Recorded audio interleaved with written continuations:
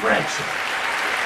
If you're feeling suicidal, you come to the I had right to place. learn how to be a 'Cause I wanna feminist. fucking kill So myself throughout as high well. school and college, I was involved with clubs, organizing against wars in the Middle East, raising awareness about climate change, and demanding gay and lesbian rights. So I was heavily involved in social justice causes, but I still didn't call myself a feminist. At the time, I may have even uttered the dreaded phrase, "I believe in equality, but I'm not a feminist." Yeah, not a high point in my life.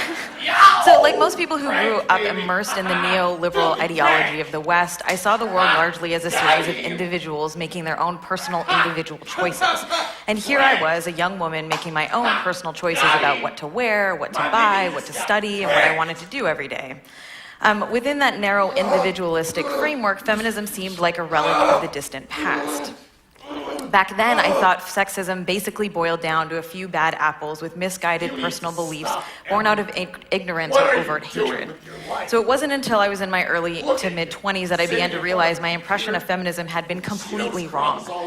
With the help of some amazing mentors and by reading a lot of feminist writing, especially the words of women of color and queer women from around the world, I learned to see through a sociological lens and understand the world as it really exists, as a series of intersecting social systems.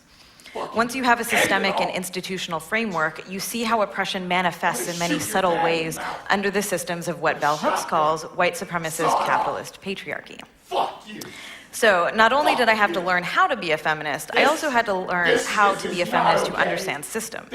I had to learn how systems of oppression are maintained by our participation in them, but they're also self-perpetuating via paths of least resistance, and as such are larger than any one person's choices.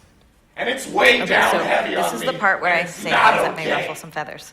But I think it's a critical Can you help discussion me to figure have. out So and just stop over the this? past few years, I've become Please? increasingly worried about the direction mainstream internet feminism appears to be headed, at least in the West. Unfortunately, many contemporary discourses in and around feminism tend to emphasize a form of hyper-individualism, which is informed by that neoliberal worldview. More and more, I hear variations on this idea that anything that any woman personally chooses to do is a feminist act. This attitude is often referred to as choice feminism. Choice feminism posits that each individual woman determines what is empowering for herself, which might sound good on the surface, but this concept risks obscuring the bigger picture and larger fundamental goals of the movement by focusing on individual women with a very narrow individual notion of empowerment. It erases the reality that some choices that women make have an enormous negative impact on other women's lives. So it's not enough to feel personally empowered or be personally successful within the oppressive framework of the current system. Even if an individual woman can make patriarchy work for her, it's still a losing game for the rest of the women on the planet. The fact of the matter is that some choices have ramifications beyond ourselves and reinforce harmful patriarchal ideas about women as a group and about women's bodies and our wider shared culture.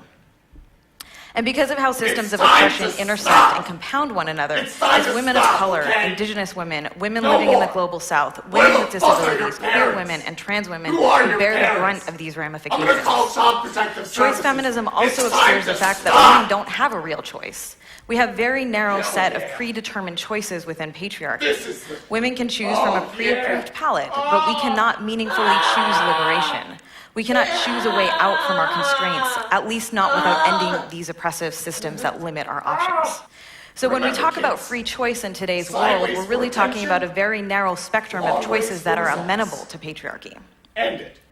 So, when we talk about how to be a feminist, for me, that means being committed to something much larger than ourselves. It's understanding what role you play in our collective movements for liberation.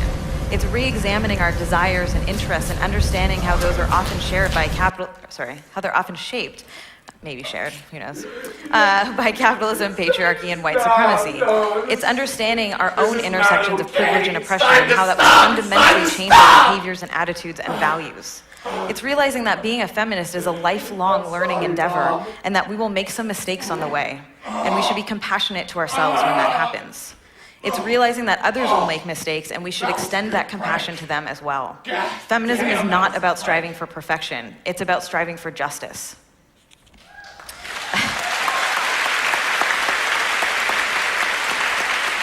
You're fucking idiot.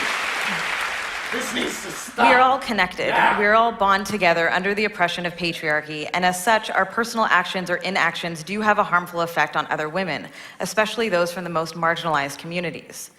I realize this isn't a popular thing to say, but I can't say it apparently. That's how bad it is. No. But feel-good personal empowerment is not how to be a feminist.